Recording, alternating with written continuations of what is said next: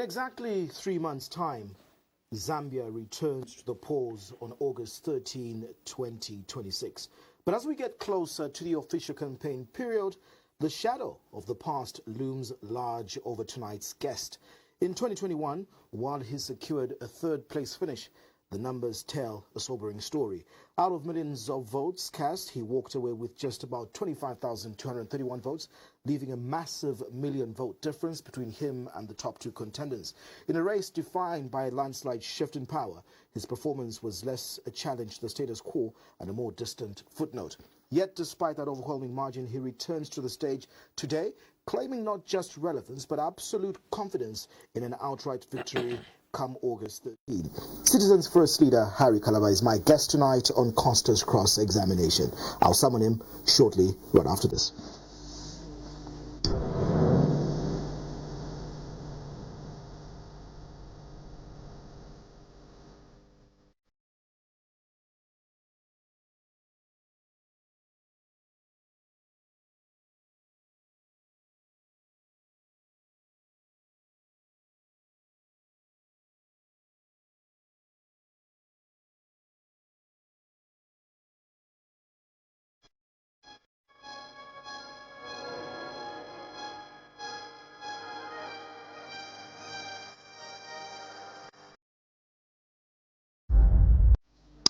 Thank you so much for joining us live on TSTV's channel 271. It's 20 on Go TV. Remember, we are streaming live on Facebook. It's Diamond TV Online. President Harry Kalaba, the Citizens First. Good evening. You're summoned to Costa's Cross-Examination. Good evening, Costa, and good evening to our viewers and listeners from wherever they are listening to us from. Thank you for having me here.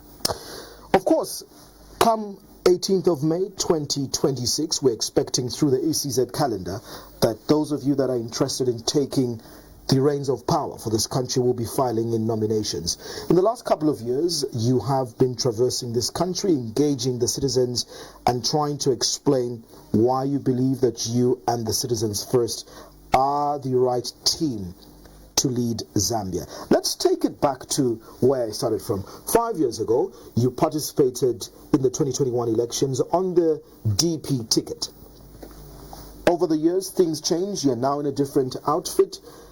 Some would describe that your performance was a distant third. Why are you still in the race? What makes you confident now and more resolute that 2026 is your time and the Citizens First? Thank you very much, Costa. I would want to take you back indeed in 2021 when we had those elections.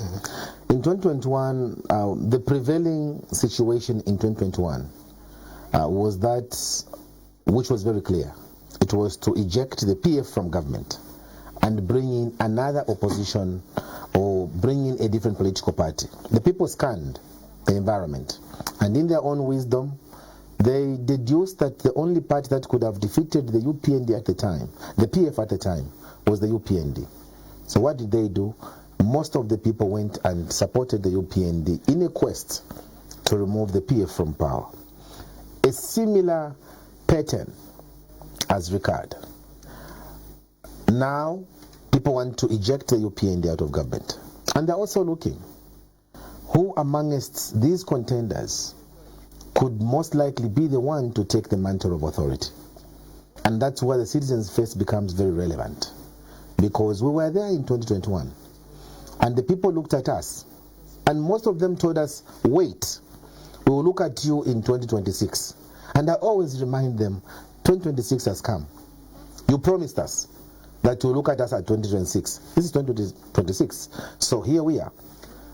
We have learnt our lessons from the time we had elections in 2021 to where we are today. That is why, Costa, we have never rested as a political party. Despite the turbulences that we have gone through as a party, we have remained consistent. We have remained available to the Zambian people. Mention any district that we have not visited in the last 4 years. We have been there because we've taken our case to the people. We wanted to understand the challenges that our people are going through, so that when we come into government, we are able to tell Kabompo, there is the challenge town center, they need some township roads. Oh, a place like Kalomo, oh, I think that's the place where we need to put some agricultural industry in there. So we have come to appreciate the country, its challenges, and the best places or the best industries that we can plant across the country.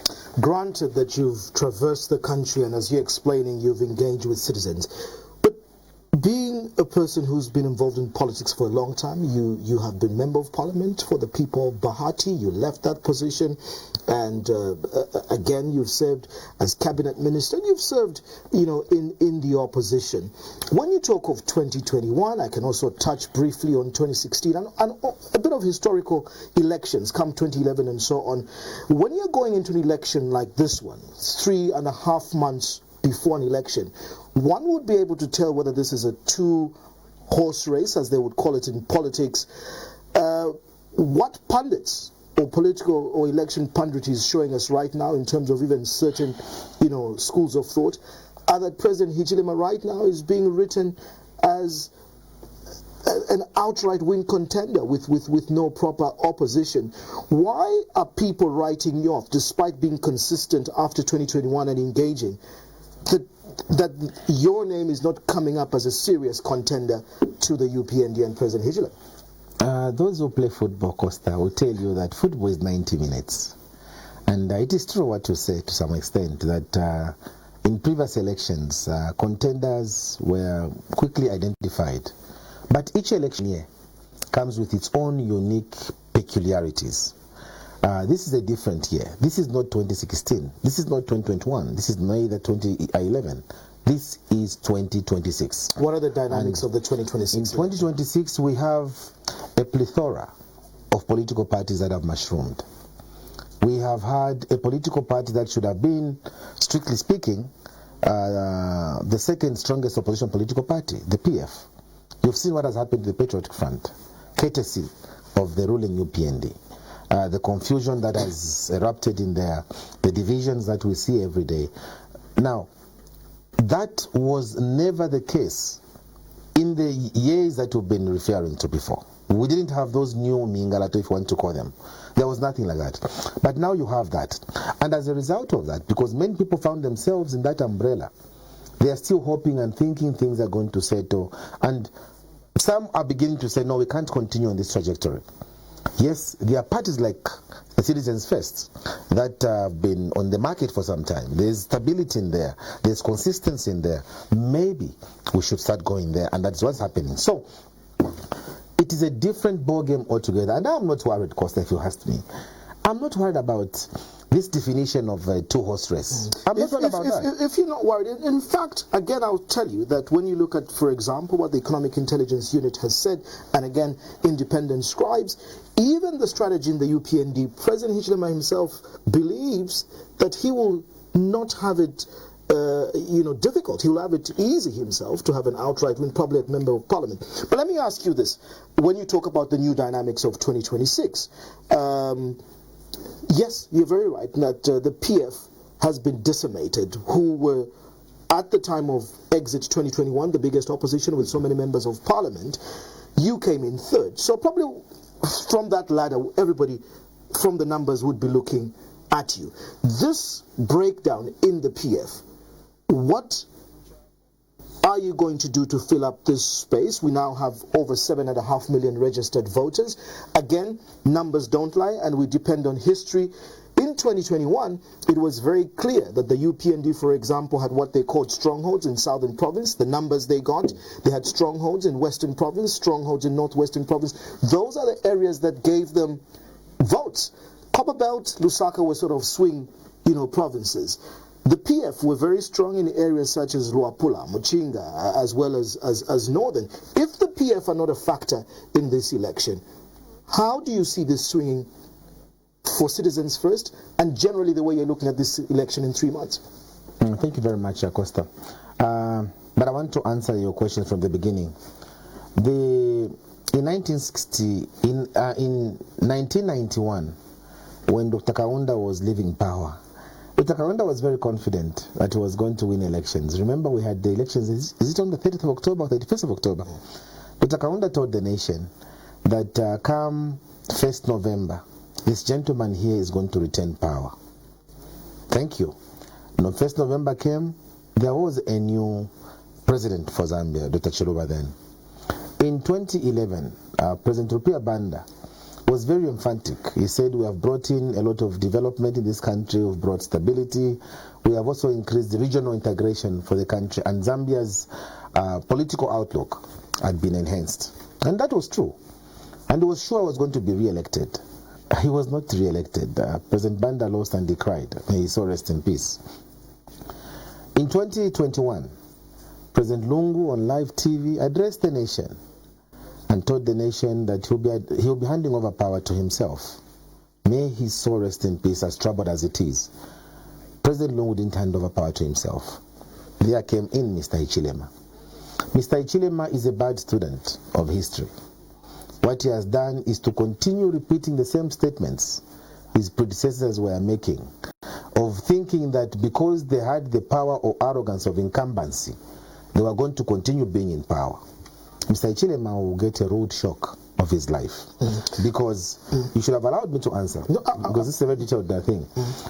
Because there is this feeling with presidents in power, the comfort of office. When they see police around them, they see money flowing to where they are, they conclude that they are popular. But the truth of the matter is, at election time, at a time such as this, not even Rupia Banda was as unpopular as Mr. Hichilema is today. 3 months before elections in 2021, Mr. Lungu was not as unpopular as Mr. Hichilema is unpopular today. Allow me, as you answer this question, just to have a ride on what you're saying, and I'll give you time to complete your thought.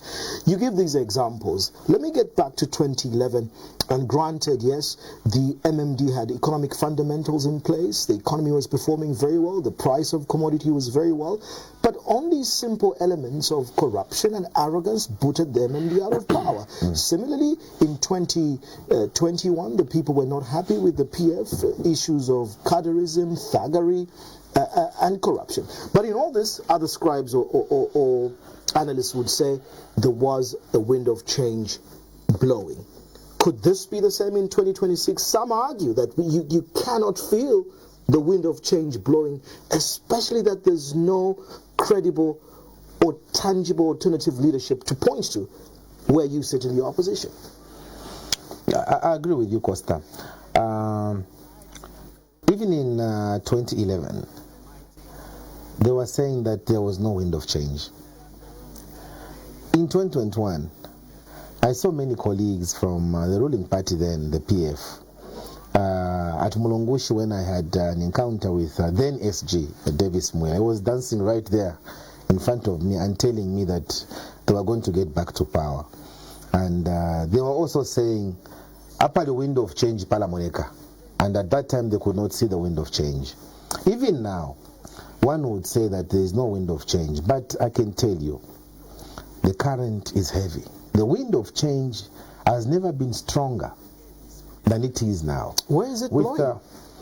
It is blowing towards where we are seated right now. Yes, you laugh. You will not laugh when you come for the inauguration, Costa. Costa, the amount of corruption we are witnessing in this country is unprecedented. The amount of regionalism that has kicked in our country is unprecedented. The amount of intimidation, democratic space that we have witnessed in this country is unprecedented. The hatred that we are seeing among its leaders is equally unprecedented. These things are not going unnoticed by Zambians. They are watching them. And as has always been the case, that is why leaders have been misled, because I've always thought the silence by our people is amounting to them agreeing with them that they're doing well. Dr. Kaunda was surprised by the silence. He asked a question in 1991, where were the women? He asked. President Banda in 2011 was shocked to say he could lose in Lusaka. He says, but to the Easterners, President Lungu was shocked that he beat Mr. Hichilema by very few margins in Northern Province, in Luapula Province, areas that you have said were strongholds of the PF. The UPND went in there badly because Hichilema was winning.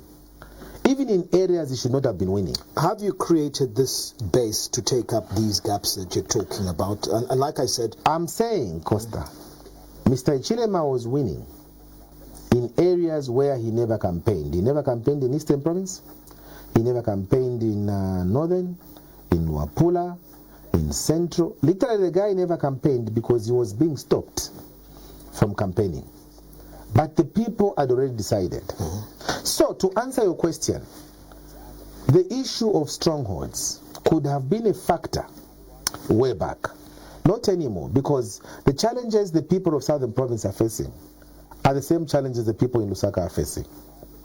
The electricity shortages we had in this country, which brought down many businesses across the society, Costa, affected all of us across the divide. Therefore, people have taken note of that, and that is not going to go unpunished, regardless of where you come from, and regardless of what you think is your stronghold. The people will take stock of those actions. So I remain confident myself. I don't have to be camped in Wapula province where I come from. I don't have to camp in Northern or Muchinga so that I can show that these are my strongholds. The strongholds are the areas where suffering is happening, including in Choma. So if I'm getting you correctly, you cannot tell me numbers to say I can confidently say we've got this base, we've got this region, and what you described tonight is that there's a wind of change of a citizen discomfort with the current administration of the UPND. And based on the trend analysis that you've also highlighted from 2011, others would also have heard a school of thought in that the results of a Zambian election is that the Zambian people know who to vote out, not necessarily who to vote in. So it's not that then as a but they do know. It's not that then as a party tonight you're confident that you're giving a message as an alternative that people would say these are the right team to get out of this mess. You're just riding on the fact that the Zambians are incensed and want the UPND out. An election. So it's a sheer luck vote. No. An election, Costa, is like an exam. No matter how well you have read your paper or you have studied your thesis, when it comes to writing, you are not always sure because something might just happen. It's the same with the election that we have. We have done our part as citizens first. And even as I speak to you today, speaking to this audience looking at us, I am supremely confident that the citizens first is the alternative for this country. Because our consistency, our longevity on the market, our stability as a political party speak to those indicators. Now, for me to tell you with certainty that yes, we are going to have this percentage in Wapula province, we'll have this percentage in, because why can't you confidently tell us that 3.5 months before an election, as a serious party, as a party that has been on the ground the last 4 years? I can tell you with certainty that the Citizens First is on its way to victory. The Citizens First is doing extremely well.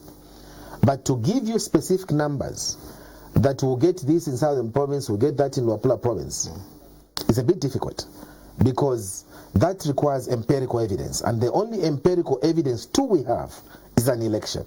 And you're not doing any exit polls to where your popularity. Exit polls must be done by people like yourself. Through your structures. I mean, I know that I'm talking to somebody who was in the United States of America, was understood these exit polls, working with the CNN at some point. Costa, you've done that. The Democrats or the Republicans don't do their own exit polls. Exit polls, I mean, I can't be the judge and the jury at the same time. Exit polls are done by independent people. Are your bases strong? Is the Citizens First ready 3.5 months before this election? What constitutes a party to be ready, Costa, is the preparation towards an election. We had our convention in 2024. We went ahead to elect provincial leaders in all the provinces and district officials. We have gone ahead again to ensure that our mobilization across the country is done. We have also gone ahead to advertise for the positions that are coming up. We have also gone ahead to ensure that our papers with the registry of societies are in place. So when you put all this, it's an amalgamation of various events that lead to a political party being ready. And yes, the Citizens First is extremely ready. Let me delve deeper into this readiness, because the 2026 election brings about a lot of legal changes. Legal changes in that we just amended our constitution now, that brings about a number of different electoral processes.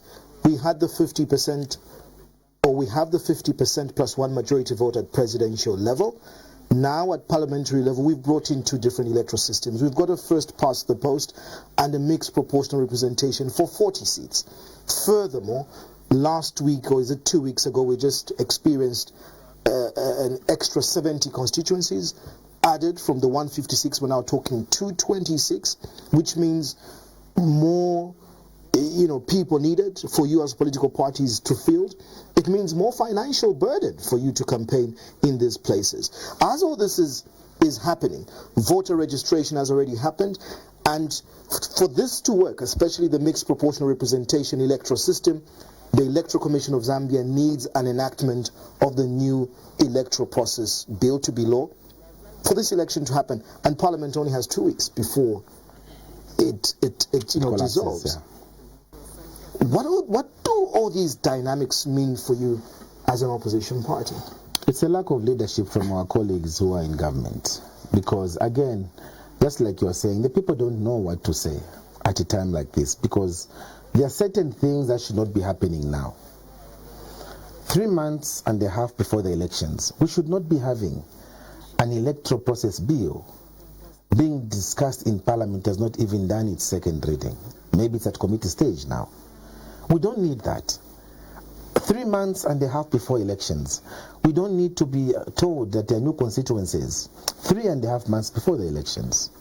I think, if my memory serves me right, the Venice Convention has been very clear about that delimitation must only happen 1 year before the elections occur.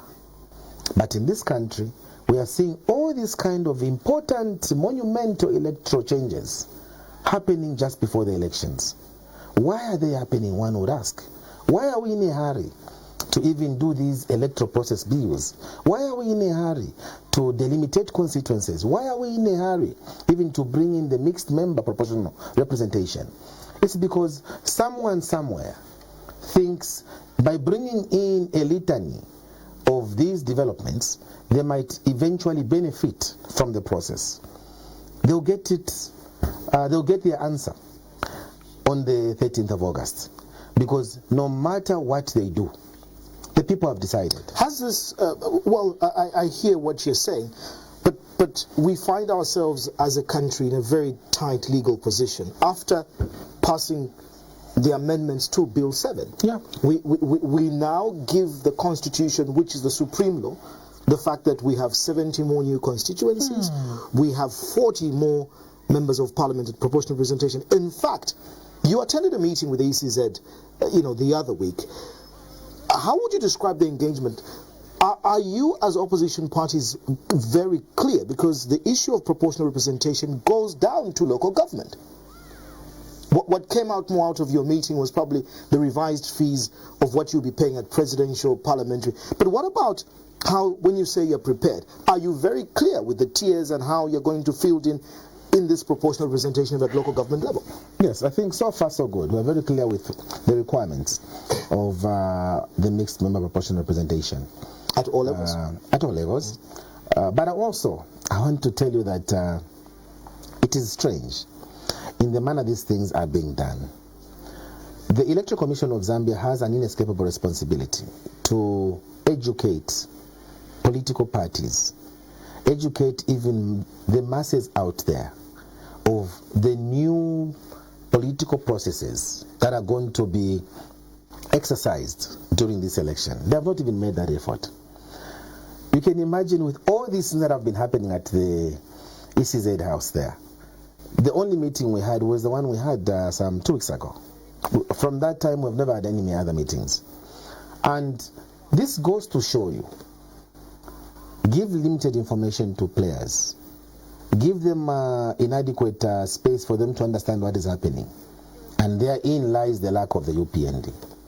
But again, I go back to what I said earlier, Costa. At the end of the day, We saw what precipitated in 2011. We saw in 2021 when there was this issue of bringing the COVID thing, you can't campaign, and all that kind of things. We saw in 1991 where ZNBC was only covering Dr. Kaunda and Chiluba was blacked out. The people of this country have persevered. The people of Zambia, once they get determined, regardless of whatever electoral process bill you bring, they still have made their decision that this guy must go. And it's not next year or any other year. It's on the 13th of August we are voting him out. So regardless of what he does, they are clear about that. Definitely the electoral process bill will need to be enacted, because if it doesn't, then the issue of mixed proportional representation will have no anchor act to rely on for this to be operationalized. But I want to get your position as the Citizens First, because there are other legal scholars, especially from a democratic perspective, that are saying the proposal to align that, for example, in the Citizens First, the 40 candidates at parliamentary level plus the other candidates at local government level have to be tied to your vote as president only, or to the presidential vote. Doesn't that disenfranchise or really play on the freedom of the right to associate, or even the people's will to vote for a candidate they feel would deliver, or even if that is your choice? Do you see this as a fair and credible system to attach that to a presidential vote? I mean, look, Costa, the Citizens First has been one of the political parties that from inception has said no, or had said no to Bill 7 being enacted into law. We are very clear about it, because we saw it as one of the darkest bills Zambia has ever seen. But they have gotten away with it. Others got complicit in the matter and they helped them get away with murder. It is fine for now.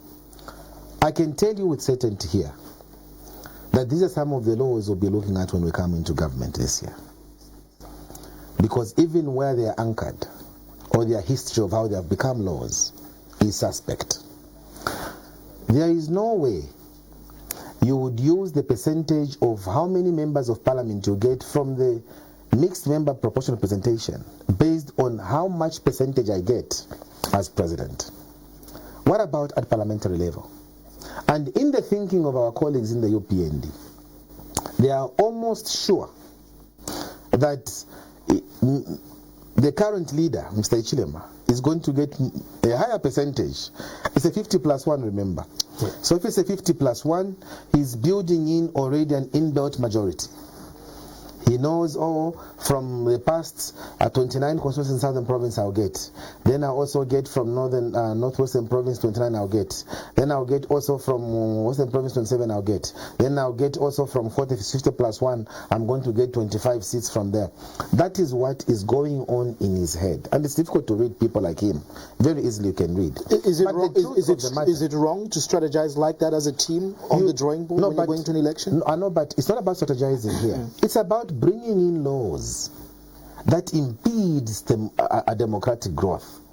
It's bringing in laws that you think will favor you. We're talking about people who came into government, who had gone through a lot of struggle. They have forgotten the struggle they went through, and now they have said we are here to stay and to stay forever and ever. Why do they want to have this inbuilt majority in parliament? Why would one, in an economy like ours, honestly speaking, why would you want to increase your members of parliament from elected from 156 to 226 members of parliament? Why would you want to do that? In a country that is struggling with medicines in hospitals, why would you want to do that? When on the other hand you're talking about frugality, and on the other hand you want to expend more. That parliament cannot even absorb the number of members of parliament who are taken to that house. But it's because an individual is obsessed with longevity. I must stay. I have put glue on my chair. I am not going anywhere. I have got bad news for him. Kaunda tried it. He made very special glue for himself. For 27 years he stayed. The glue didn't stick. Dr. Chiluba ran for his 10 years and he wanted to continue beyond that. The people of Zambia said there will be no third term. Just the current couldn't allow it. President Lungu wanted to go in power in 2021, wanted to stand. The people of Zambia said no.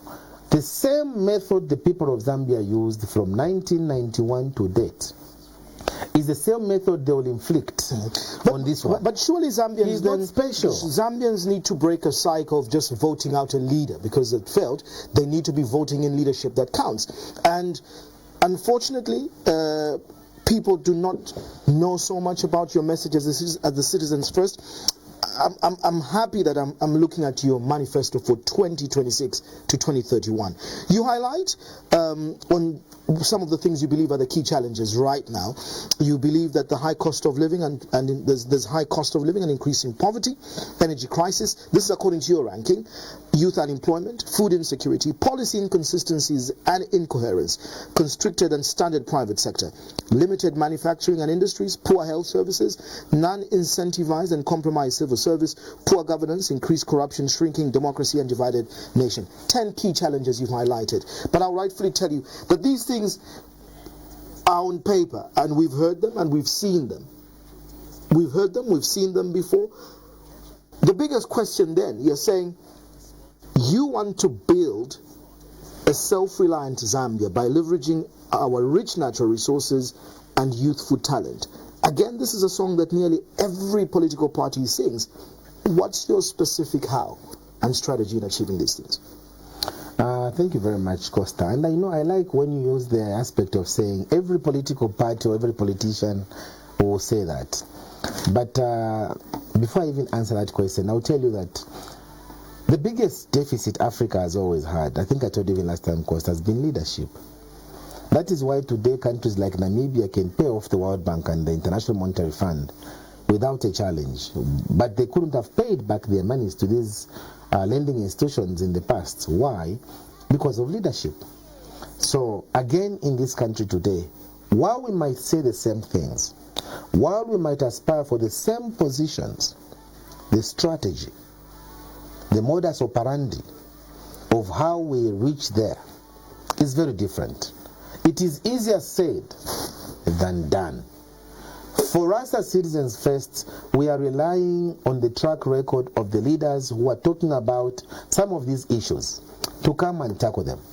We have assembled a team that is very well experienced, men and women of honor who have distinguished themselves even when they were in the public service. They have said this is possible. The how of how we can have citizens, youths, get incorporated, get entangled into the economic emancipation of their own country is what Citizens First has insisted on. We have said ourselves, I'll give an example, Costa. Look at the EEC which we have in this country. The EEC, the Economic Empowerment Commission, which we have in this country, doesn't even speak to the needs of the youths. The EEC we have is for people that are connected to the ruling class. What is your blueprint? Like I said, you've got the document before you. It's your chance to explain to the people and the voters, because we have so many armchair critics. It's very easy to say what we have, what they're doing has failed. We're giving an opportunity tonight for you. Anybody can Google and download artificial intelligence documents and tell us we will do this. That's why I'm putting you to a test. Tell the Zambian people how you will create a self-reliant Zambia, leveraging natural resources and a youthful talent. How? You're saying the problem is leadership. Show us tonight how different Harry Kalaba as a leader is. Thank you, Costa. I think that's an opportunity you're giving us. Look, Costa, I was drawing you to the past for me to build on where we should go as a country. Selflessness and taking time to understand the challenges this country has had. We are a country that is endowed with so much, Costa. There are very few countries that can talk about emerald in their own countries. There are very few countries that can talk about the gold that we're talking about. Very few countries can talk about copper and cobalt, especially in the modern society that we are in, where these products I'm talking about are heavily sought after. And yet we remain impoverished. We have not even made an attempt to use these minerals to our advantage.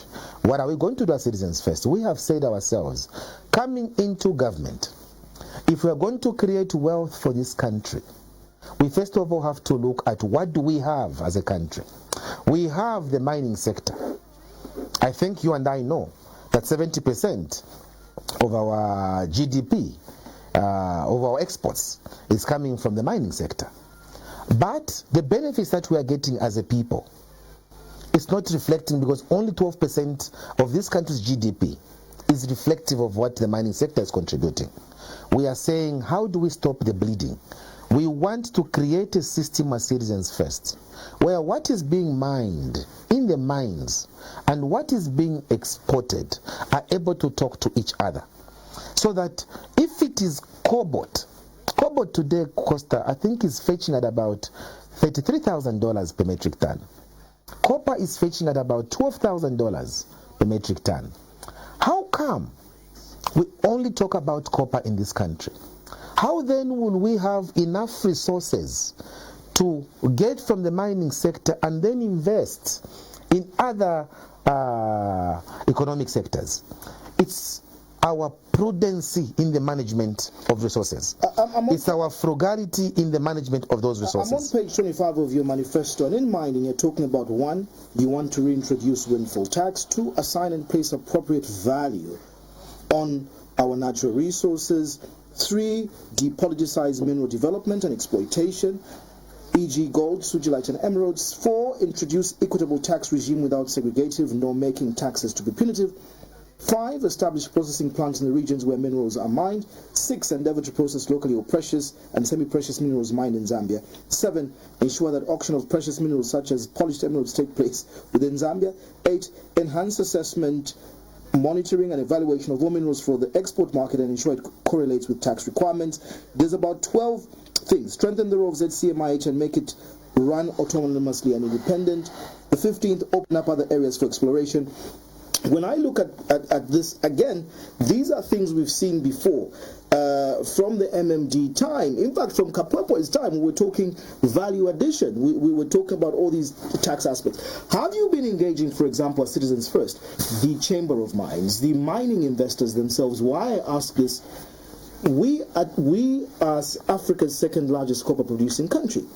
Congo, that is war-torn, has surpassed us in the last couple of years for one reason only: policy inconsistency. So when you're coming in, you're again going to say you're going to change policy.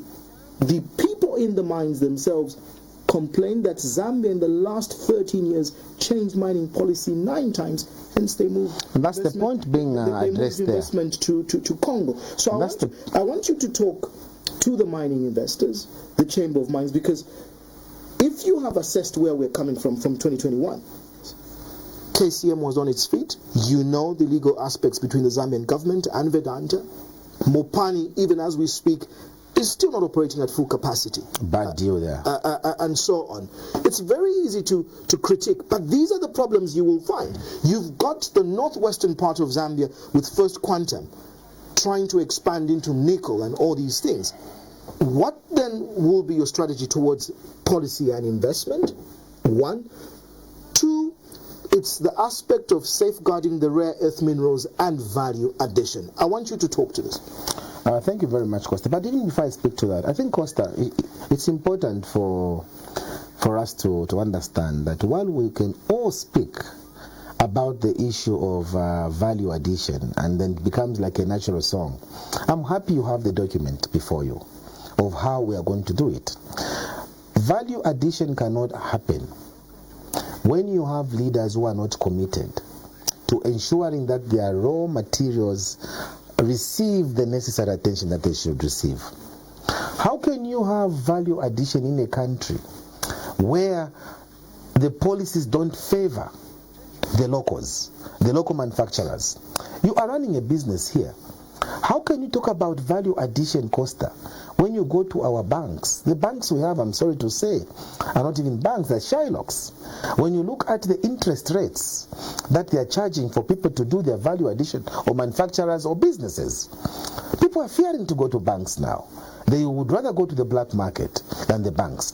These are issues that a government that is responsible, a government that wants its citizens to make progress, we'll look at intensely. So give us the blueprint, because again, I'll keep on telling you that I've interviewed you so often, I've challenged you on presidential debates, just like you're saying you need a leadership that is serious. You're still not telling me how, because I've heard this story from Mwanawasa's time to Sata's time.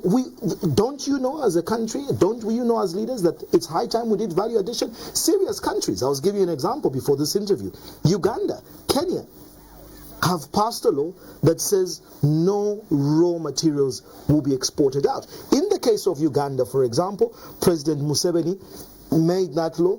Uganda is now sitting at 9 gold refineries. When they were exporting a kilo of raw gold, they would fetch $60,000 per kilo. They are now fetching $168,000 per kilo of processed gold. Ghana has done it. Okay. The how, Costa, lies in us coming in. When we come into government, we are going to ensure that what is exported and what is recorded as exported is in congruity, is in conformity with what has been mined. How do we do that? We are going to introduce a body similar to that which was Lakaunda had, a body called MEMACO.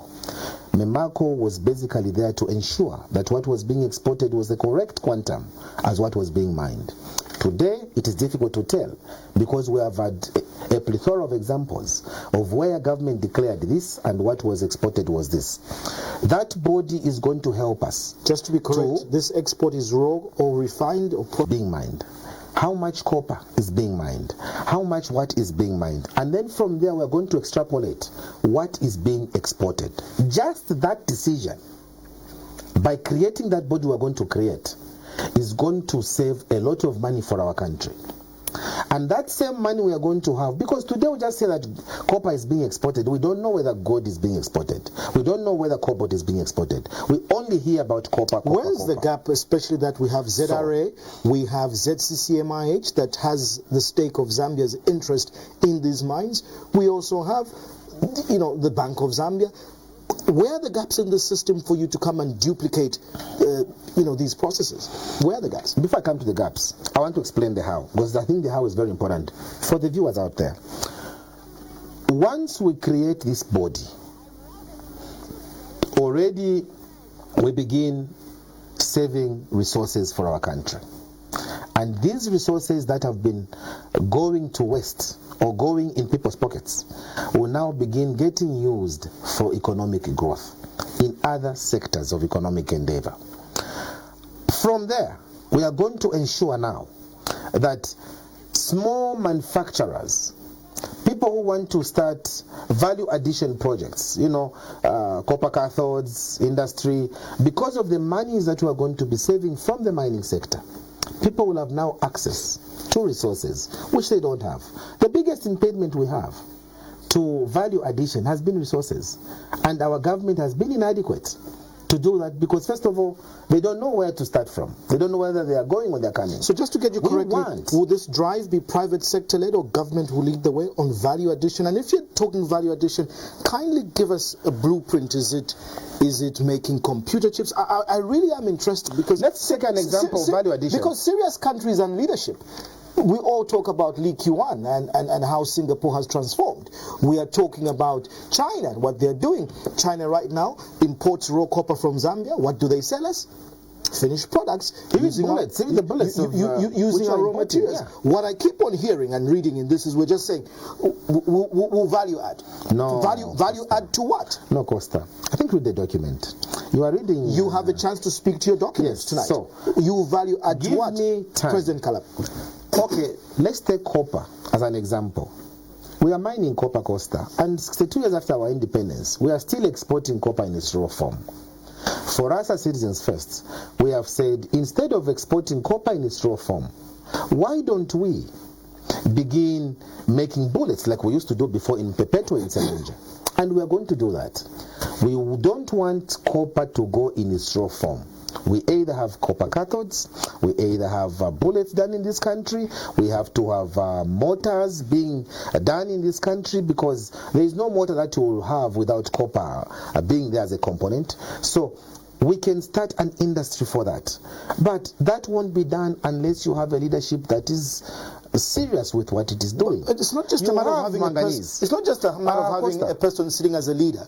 There must be a blueprint, and there must be a strategy. I'm explaining things that are before the document that you have there, and you've given me an opportunity to explain the document as it is in there. But midway as I'm explaining, again you come in. Allow me to explain. And what I'm explaining to you is the fact that we have a lot of manganese. I think you remember, Costa, we used to have Mansa batteries in Luapula province. Mansa batteries was set up as a result of the manganese deposits in that area. We as Citizens First have said we are going to stop the exporting of manganese in its raw form. We want to value add that manganese. We also want to reach a point where we can start making batteries for our cell phones in this country. I mean, Samsung is making phones all over the place. We would want to have a situation where Huawei in China, which is making phones, Samsung making phones, they don't get our manganese and make batteries in their countries. We would want to bring in a policy that is going to stop that kind of exploitation. We would want to begin making batteries right here in Zambia. By so doing, we'll be creating jobs. By so doing, we are creating wealth. By so doing, our youths will have access to capital, which they can invest in other sectors of social need. So that is how the how will happen. The how lies on the policy. I want to further, expand on the issue of mining. You've spoken about copper and your intention to want to produce bullets and cathodes and cables. You've spoken about manganese and your issue wanting to produce batteries and probably, cell phone batteries. The global geopolitics now have shifted very dramatically with the coming of the Trump administration. There's tariff wars all over between America and China. There's now this war between America, Israel, and Iran. The war up in Ukraine and Russia is still happening. A number of import commodities are affected, especially for Africa, and Zambia is part of this.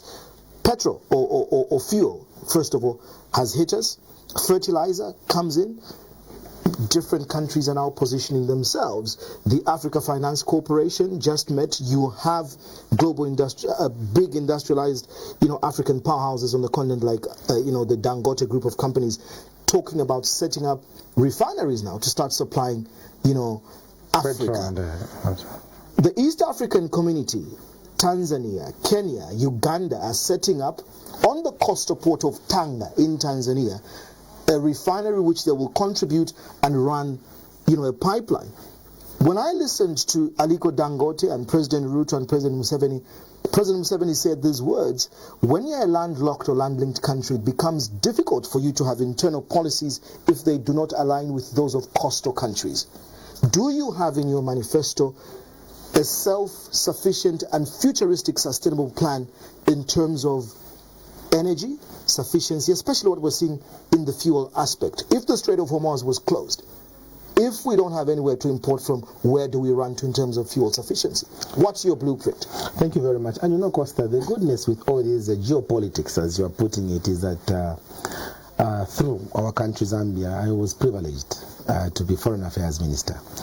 And I think nobody understands these matters as well as I do. And I'm privileged again to be at the helm of the Citizens First. Despite being part of the geopolitics, every country, remember, remains a sovereign country. And that every country uses its advantages to its own well-being. And Zambia is not an exception. For Zambia's economy to grow, we'll have to depend on the 8 countries surrounding us. We use our regional affiliates or affiliated membership to SADC, COMESA, the Great Lakes region, even the African Union, if you want to put it. I remember being Foreign Affairs Minister, Costa, and there was the project of creating the Great Inga Dam. I think you know about it, in the DRC Congo. Because of the energy deficits in Africa, they thought that if we have a dam like the Great Inga Dam, which could generate so much megawatts, Africa would then be able to produce for its own. But that doesn't stop individual countries from having their own plans. And for the CF, in our blueprint here, it is telling you that we have already identified the challenge of energy as being core to even the value addition you and I are talking about here. What have we said? We have said what we need to do now when we come into government in order to stop the carelessness with which the Zambian people were subjected to a situation where they stayed for 3.5 hours in darkness. We have said we cannot only continue relying on hydropower. We have gone ahead to suggest that a nuclear power plant facility will have to be put in place. And I can tell you that when I was Foreign Affairs Minister, I did travel to Moscow with the late Musiska. There is a power plant facility which should have started in Chongwe. It has gone to bed. The Citizens First has said in its blueprint here that we are going to revitalize that. We would want that to come in so that energy deficits should be a thing of the past. Coming to the issue of just one thing, just to write on the nuclear world over, nuclear power is considered highly complex and sensitive. Not many countries, first of all, are endowed with it, but it's a huge complex aspect in terms of safety and all that. Do you have a robust blueprint? I mean, yes, we have been told there was a launch there. Do we have enough capacity as a country? Have we done enough research? Yes. What would be your rollout plan in terms of how many years this would take in terms of its reality? The blueprint is already there for the nuclear power plant facility, and I'm glad that you're asking that question because I was one of those that was really following up on this matter. We began training our own nuclear scientists. How did we begin training them? We began getting our good students from the University of Zambia, Cobalt University, to go and study nuclear science in Moscow. Once they graduate, they finish their 4 years training, they would come back and begin running the facility. By then, the construction of the facility would have ended. There was a 6-year plan in which this facility was going to be kick-started. And I believe for me that as complex as that energy facility might be, South Africa here has got that facility. They are using it. If South Africa can use it, why can't we use it in this country? I think industrialized countries like the UK, the USA, they have all migrated to using nuclear power plant facilities. So Zambia too can be a driver in that, we can lead that process. Do you have a projection in terms of specific industries where nuclear power would be targeted? I mean, I don't want to compare your manifesto to what others are saying. You've heard others are saying they've got a target of 100,000 megawatts of solar power that they're putting up, an energy mix with another 380 megawatts of a coal-fired plant, phase 2 of Mamba. How will you integrate this in terms of numbers and timelines? You need to be specific, and these things have to be timed. I don't want to go to what is being said on solar energy because solar energy is very limited in its essence. Yeah, but we want to hear what your targets are so that we can, when you're president, we can come and measure you against what you're saying. Thank you, Costa. Right now, our consumptive capacity as a country is only about 2,400 megawatts of power on a daily basis. To run an effective industry, you need to have more than 10,000 megawatts of power. That is why the nuclear power plant facility in Chongwe is going to deal with that. We have an ambitious program of coming up with over 6,000. And the nuclear power plant facility, anybody who's serious, megawatts of power. From the nuclear plant? Yes. In how many years? And within a period of 5 years. And at an investment cost of? No, whether that I can't give you figures of an investment cost of what, because at the time we're doing it, when I was foreign minister, years have passed, devaluation has come in, inflation thing have come in. Therefore, for me, I can't give you figures like others were telling you, so near 10 hours, that for 10 hours it's going to be like this. What is important is to have a blueprint, is to have an agenda, and then you begin sticking figures. I ask you this now because but at least you know. Just hold on. I ask you this now because you tell me you're a very serious leader who understands, and this is why I'm explaining these things to you. And these are things that in 3 months' time you need to start dealing with. Sadly, Zambians far and wide have been disappointed by politicians like yourself who promise milk and honey, and then when we come to keep you to account, you say we didn't know what we were getting into. No. The mess we found is deeper. Yes, I'm asking. You may laugh now, but this is the quality that you've given us. You go to Parliament and tell us what we told you was rhetoric. We couldn't do this in 90 days. We didn't understand that the mess was deeper. Heavy. So if you're really a serious leader who's been in government, who says that you've understood foreign relations, and who's been part of this nuclear, blueprint, you should be able to know that in 4 months' time, when I am in State House, this is the amount of investment, and this is what I'm telling Zambians will happen. I am very careful, because I don't want to turn out like a clown, like many people have turned out to be clowns in the process of trying to sound intelligent, and at the end of the day they can't put a finger to it.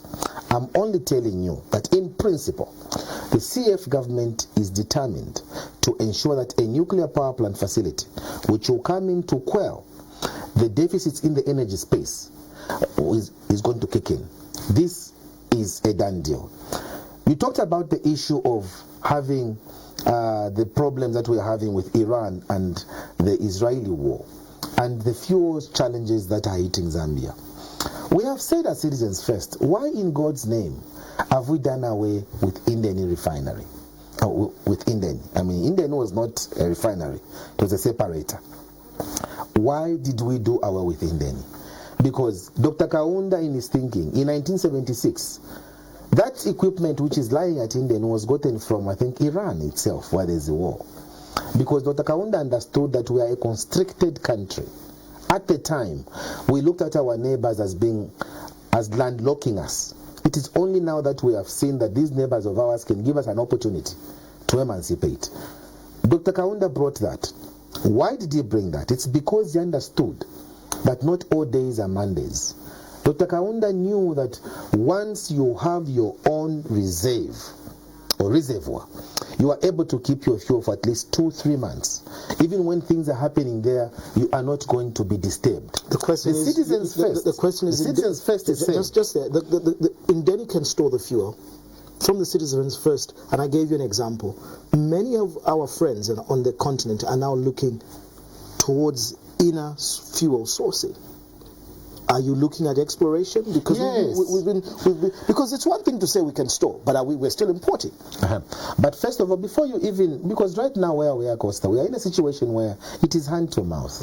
This country's capacity of fuel within the country now, I'm told, is only about 14 days. That is not correct. It was even for an economy like ours. When you talk about the import cover, it should not be for a period like, it should be about 3, 4 months, 6 months, import cover, so that the economy is stable. How can you talk about having an economy grow when your fuel cover is only for 10 days? How can that economy grow? You're not even taking care of the shocks that might come. We in the Citizens First have said we only do not want to make Indeni a separator as it is right now. We have talked of buying equipments like the hydrocarbon cracker, which will make Indeni become a refinery. Once Indeni is a refinery, at least you can bring in crude, store it, and then begin processing it. But besides that, there have been efforts in the past, Costa, of trying to do oil exploration in this country. And from my knowledge, there is some oil which was supposed to be found in the northern block there. I don't know how far they have gone with that process. This is a government that doesn't follow up on issues. Coming into government, as you've rightly said, we must learn hard lessons from the wars that are coming, because the world is unpredictable now. We need to begin inwardly looking. Be like a country like South Africa, that even if a war was going on in Iran and South Africa was closed, they can survive even for a year within their own economy. We can't do that. What we're not hearing, and maybe I haven't read further into the document, do you have plans for this self-sufficiency that I'm talking about? Because Africa today, when you look at Africa Rising, I'm giving all these examples. Nigeria, for example, again, through the likes of Aliko Dangote, are saying by 2028, Nigeria and part of ECOWAS should never be importing fertilizers. They should not be importing, fuel. He was calling on government policy to change, because before, with all the oil resource that Nigeria had, the policies made it cheaper to import petroleum products than to process in Nigeria. This is changing. In this country, for the longest, we've had these stories about a pipeline now between Angola and Zambia. What story are we hearing now? With the closure of the Strait of Hormuz, the U.S. is looking into Angola to buy fuel products from Angola. The U.S. is looking into Nigeria. I've just given you an example of what our friends in the East African bloc are doing. I agree with you. And you see, everything you are talking about is a summation of what is in our document. It is industrialization. Everything you're talking about here, Costa, boils down to what the Citizens First is proposing to this country. Let us industrialize our own country. Because if you start talking about having your own fertilizer production, fertilizer will not come. Because fertilizer becomes a byproduct of that same crude oil we want to discover in this country. Once we can have our own fertilizer, we'll stop now relying on Iran, we'll stop relying on countries like Turkey to supply us with fertilizer, because we will have our own crude oil in this country, which will be processing and begin benefiting from the byproducts. We in the Citizens First are saying that is something that Zambia should even have been doing by now, because Dr. Kaunda established what you and I know, the nitrogen chemicals of Zambia. It was basically talking about what Aliko Dangote is today doing in Nigeria. Would you support, if you came into government, efforts right now being made by United Capital Fertilizer, who have what now the biggest fertilizer production blending plant in the country and exporting? Look, United Capital Fertilizer's modus operandi is different from the way nitrogen chemicals of Zambia was operating, because United Capital Fertilizer is not helping the FISI program. We need to have a process. We need to have a quasi-government institution that is able to help produce that fertilizer, which fertilizer is going to go to help our farmers through the Farmer Input Support Program. That one is a purely commercial thing. It's got nothing to do with farmers growing and graduating from small scale to commercial scale. It's got nothing to do with that. What the Citizens First wants to see is that blueprint which the NCZ was running on. And we can do that even now. But deliberately the authorities have ignored NCZ. If that blueprint was working, why did NCZ collapse? Because of greed. Again, it comes back to leaders. So what is the CF blueprint? I mean, we've heard this recapitalization. People have sat on this table telling me we need only $5 million, or we need this amount of money. So what are you saying towards, agriculture? You recapitalize NCZ, but I'm happy you've touched on FISP as well. For the longest, since the MMD, this has been one of the biggest corrupt schemes in terms of throwing inputs of fertilizer and heavily politicized. This graduation that you talk about in the last 25 years has not happened. And in fact, can you give numbers, whether under MMD or PF, that so many farmers graduated from 1 million? These have graduated, we're now taking up another 1 million from FISP. And Costa, again, I will draw you to one simple question of what you are saying. That frustration of farmers failing to graduate from being small scale to commercial scale or even middle scale farmers has never arrived. Why hasn't it arrived? Because the Farmer Input Support Program has become a bottomless pit. It has become a cash cow, where politicians and crooked people have found a way to get monies using that process. Ghost farmers are finding themselves. But this is what you're saying, you want to bring back NCZ and support FISP. Bringing back NCZ does not mean that we are bringing back ghost farmers. I'm telling you these things because we understand why the challenge lies. Will FISP continue under CF? The Farmer Input Support Program is critical for food security. We are a country that should be feeding our region. We are a country that should be able to take our small-scale farmers seriously. And yet we don't even talk about recruitment of agriculture extension officers. We in the Citizens First have said we are going to deal with those bottlenecks. We have identified them already. Which are? We know the bottlenecks of corruption, like in the Farmer Input Support Program. Why we can't have people graduating from small scale? Because there must be targets. We are going to set targets. If a farmer cannot meet these targets, government has given you these inputs. We expect a particular yield, especially that you are growing on a particular land like this. Unless something unexpected happens, if nothing unexpected happens within the confinement of what we have agreed, you don't deliver, you are knocked out. The UPND have set a target of 10 million metric tons. What would your target be? That's for maize, actually. Look, first of all, Costa, I would be very hesitant to talk about the 10 million metric tons that is being talked about by the UPND. I would be very hesitant because how many farmers, in order for us to talk about food security, is first of all to understand how many metric tons do we need to feed our country. About 3 million metric tons. FRA is there. It's for strategic reserves. I think FRA's capacity does not even reach that amount. And yet our colleagues in the UPND, who are even failing to provide fertilizer to farmers, are able to talk about 10 million metric tons. How will you even achieve that if you don't even know what is the farmer? You don't even have a database of farmers who are growing what? So if they're failing, what is your target? For maize production? In a year? In a year? Costa, we can't give maize production in 2027 farming season before we understand at the time we'll be taking office. That's how a government operates. Let me just explain this. You can only talk about the exact quantum at the time you come and see the need of a country. Then you are going to extrapolate. You've already established the need. You've told me we need 3 million metric tons. No, I'm saying, oh yes, you're right. You've already that the country requires that. So if people talk about the 10 million metric tons, which are saying that they're going to be producing, when they can't even create fertilizers in our country, when even that 3 million metric tons, when they reach it, they're busy selling to countries, and then they start crying drought, drought, drought. This is the mismanagement that the citizens first in government is going to cure. What is your blueprint from this manifesto of how you harmonize the agriculture sector? You're saying you're hesitant in giving targets, but you want to grow it.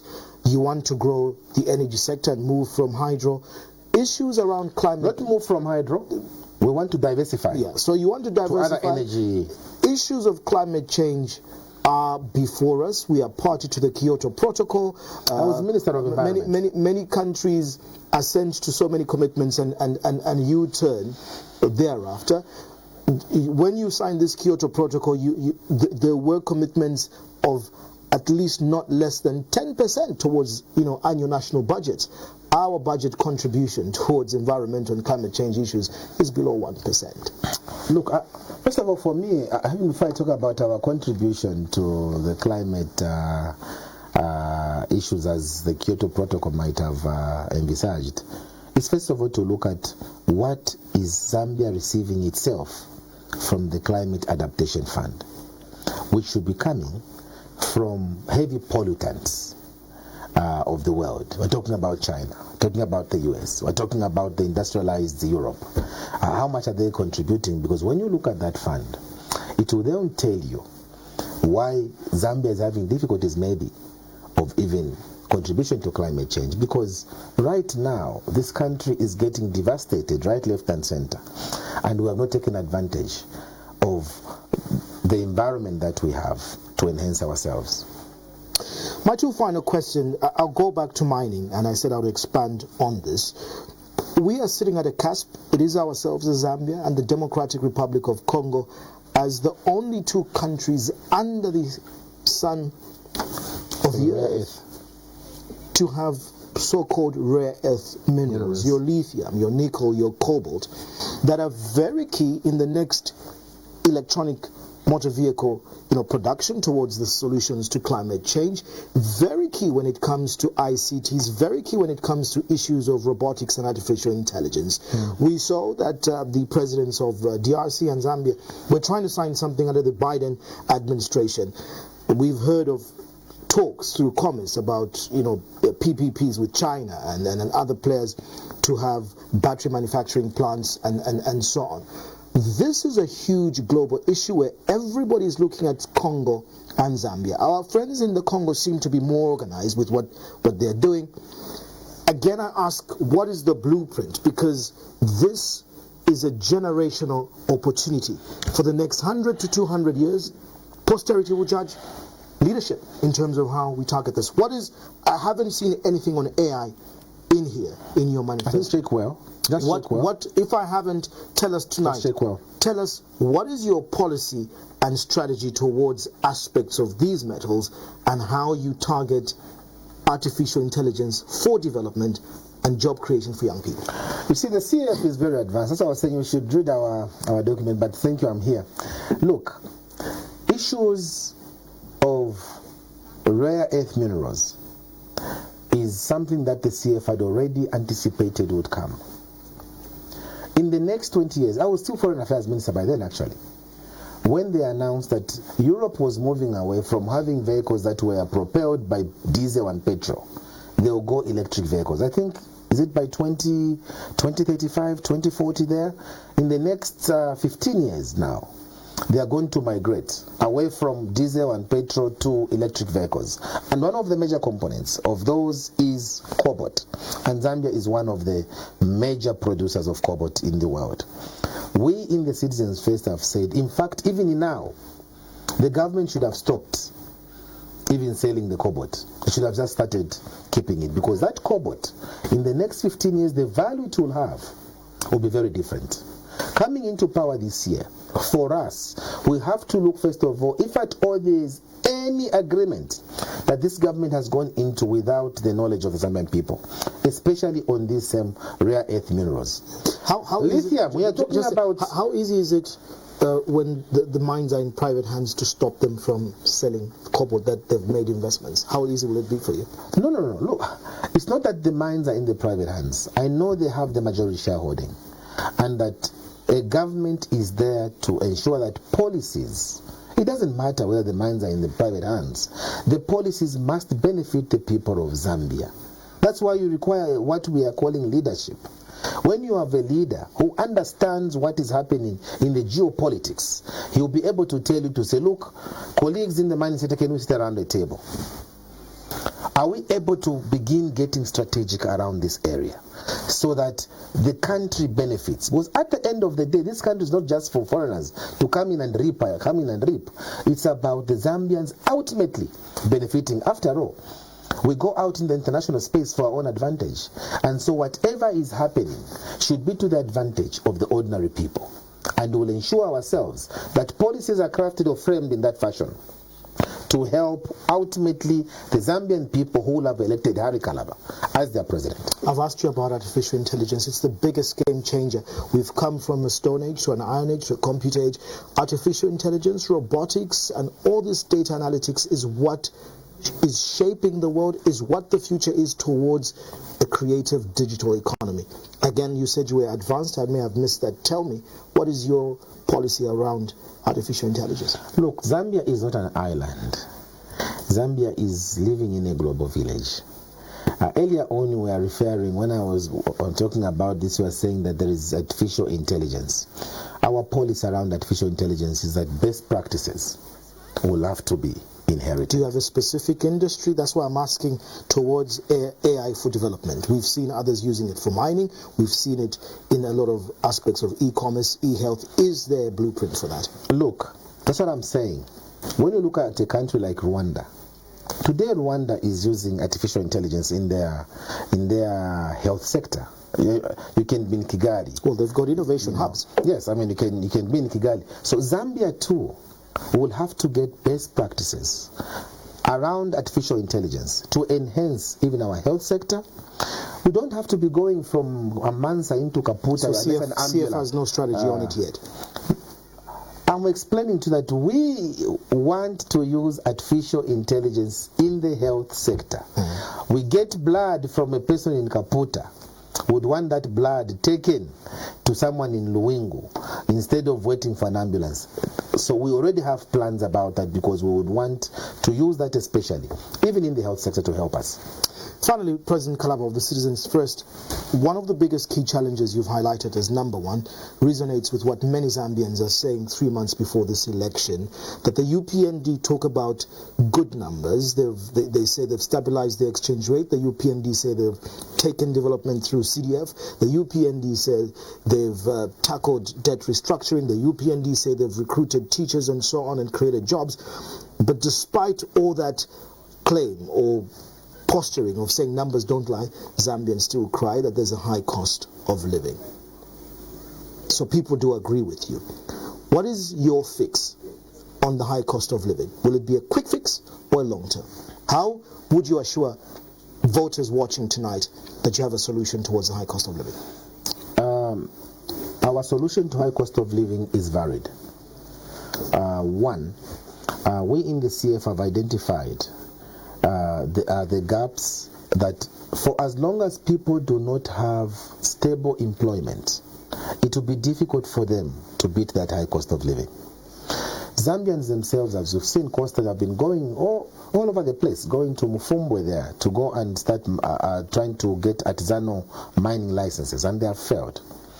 We want to make processes like getting an artisanal license, the bureaucratic process, the red tape, we want to limit that so that a person who is in Mufumbwe does not even have to travel to Lusaka or Kitwe to go and get the artisanal license. They'll be able to get it right there in Mufumbwe. So Cadastre Department will have to move and go in those areas. Once somebody begins earning, they have got the power of expenditure. Already they are able to fight the cost of living. That is one. Secondly, we in the Citizens First have said we want to deal with issues of energy, because energy contributes too much to the high cost of living. Why in God's name can we be having fuel only for 2 weeks in a country? But if we had a reservoir like Indeni, or any other plant if you want, which is there, it would be easy for Zambians to plan. This issue of having fuel adjustments every month, and depending on wars in Iran and Iraq, we're always watching TV for us to understand whether there is. How can the cost of living be beaten like that? Because you don't know what tomorrow brings. We are going to bring in stability by ensuring that at least for 3-4 months, Zambians can plan. While they are planning, they are busy working. We want to give incentives to our local people, as opposed to what we are seeing today. Today, incentives are given to outsiders. 5 years tax holidays. Those things are not helping the local people in this country. So they still continue facing high cost of living, while foreigners are benefiting from their own sweat. So those issues will be managed by ourselves, so that the energy space is managed properly, the employment space is managed properly, and the investment space, especially in the mining sector, is managed properly.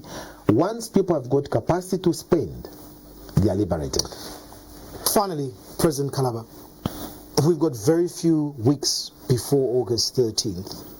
We've heard of campaign themes and slogans, of a new dawn and people fixing it, of more money in people's pockets and lower taxes. Looking into the camera and speaking to the Zambians, what is Harry Kalaba's message in 3 words? Hope is coming to Zambia. I understand the challenges that are happening in our country. All this has been as a result of having a leadership that has prioritized outsiders, that has prioritized their friends in their own working space at the expense of you, the marketeers, you, the bus drivers, you, the farmers. You have never been their priority. The Citizens First is taking this burden upon itself to ensure that come August 13th, when you change that government and bring in a new leadership that is sensitive to farmers, that you need to get the correct fertilizer for you to produce. I'd asked you for 3 words. This will be an opportunity for you, as we come in as Citizens First, to ensure that your farming community begins receiving the correct fertilizer. Sorry, because it's an opportunity in a lifetime. No, I asked you for what your slogan is. You know, in summary. In summary, don't worry. Hope is coming to Zambia. Thank you so much. This platform is there to provide a test, to vet, and to go into detail on what the blueprints are. The Citizens First and their presidential candidate, Harry Kalaba, are saying they're tackling 10 challenges, and they've given us a blueprint from 2026 to 2031. Access it on their website, and obviously look out for it on other social platforms. Engage with them on many other platforms, radio, TV, as well as online. Ours is to put them to the test and interrogate. Yours is to choose and really digest whether this is the alternative you're looking for come August 13, 2026. Thank you so much. We'll keep counting down on Costa and Diamond TV Online. Harry Kalaba, cross-examination is adjourned. Thank you. Thank you so much, Costa, for having me. Thank you. Thank you. Good night.